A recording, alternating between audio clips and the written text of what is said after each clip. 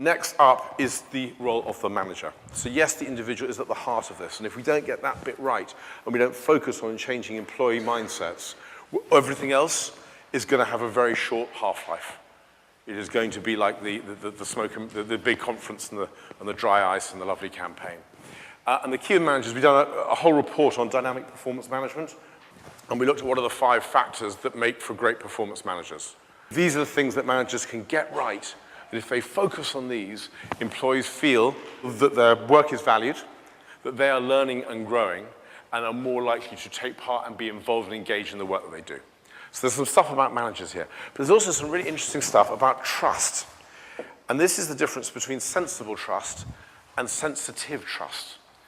And if you think about people you know who keep their promises, do what they say, deliver on timelines, all of that fits as the sensible trust. But who would you send in to see your boss or a really tricky client, knowing they will handle the situation well? We were talking to a client the other day who's sending all the top high flyers off to another country where their headquarters is. I won't say the name of the country, otherwise it might give away who the organization is. And they're terribly worried because last time they sent all the top performers along, someone stripped off and jumped in the pond in the atrium of the main hotel, and it was still daylight. And therefore, they're worried about how they'll choose to behave. Will they behave properly or appropriately when they go off and meet all the senior bosses in this new country? So there's a lack of sensitive trust. That's quite an extreme example. But there's that sense of how should we behave in awkward situations? How do we match credibility? How do we understand the politics? How do we listen behind words? And it's that level of trust that the manager needs to be able to provide if they're going to be able to manage the employee relationship such that it grows. What's the appropriate boundary?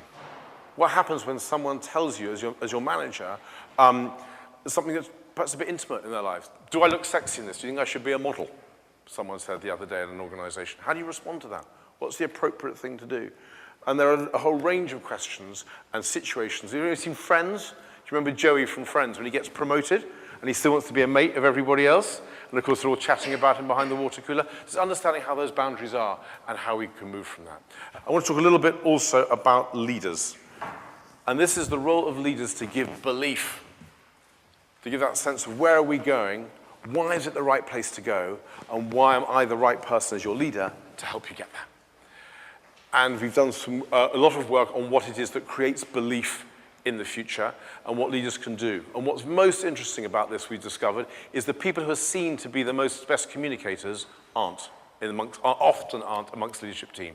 And here's an example from an insurance company where we sent people out in pairs, leaders in pairs from the executive team, to go and communicate the new strategy at an event like this with breakouts and so on and so forth. We then measured a whole range of factors, including I believe what I've heard, I trust what I heard. And the second highest scorer was the person who was seen as the worst communicator, because they took their glasses off and they lost their page in their notes and they bumbled a bit and they weren't seen as smooth. There was the guy who threw out the Mars bars, who had the jokes, who slapped people on the back, who was a great performer. Lots of laughter, lots of amusement, people thought it was great fun, but they didn't trust him. They didn't believe what he had to say. And therefore, there's something about thinking differently about who are the best communicators and what is the best way of communicating such that we generate belief. And belief is the key word for leaders to focus on, to concentrate on, in order to create that sense of the super nature of engagement. The final piece in the puzzle, if you like, is around colleagues. So what can we do to generate an environment where working with people we like? And again, that's a really big factor. A lot of that is about being willing to take part. We held some roundtables. Some of you were at them to discuss this report before we published it. And one of the things that we discovered was that people had made efforts to go to things they didn't want to go to, like a bowling evening, because they felt it was the right thing to do to build a sense of team. And it's the difference between those people, all of us, who are willing to make that extra effort, who are willing to go bowling or karaoke. I hate karaoke. I've got the worst voice in the world. In the car rota, they used to make me sing Happy Birthday so they could laugh at how bad my voice was. But nonetheless, it's that effort to go and see things, to take part in things that otherwise wouldn't have been the case. So there are 4 elements. There's the individual, there's the leader, there's the manager, and there's the colleague. But the heart of it is, without a doubt, the individual. And therefore, the thoughts, there's lots we can do if employee engagement surveys are down scores are down. We can do appreciative inquiry research to find out what's good and how to get more of it, and that will undoubtedly make a difference. We can communicate the new strategy in a way that's compelling and engaging and involves lots of people, and that will undoubtedly make a difference. We can help managers manage performance in a way that stretches and helps people grow and learn goals, and that will undoubtedly make a difference. But it is like trying to solve global warming with relying on recycling and insulation and wind power, all good things, but they aren't going to solve the problem in a sustainable way by themselves. That the only way of solving this problem sustainably, we believe, is by changing the way employees look and think about life in general and about work specifically. So what practically might we actually do to address that? And again, we've got an idea here to put to you.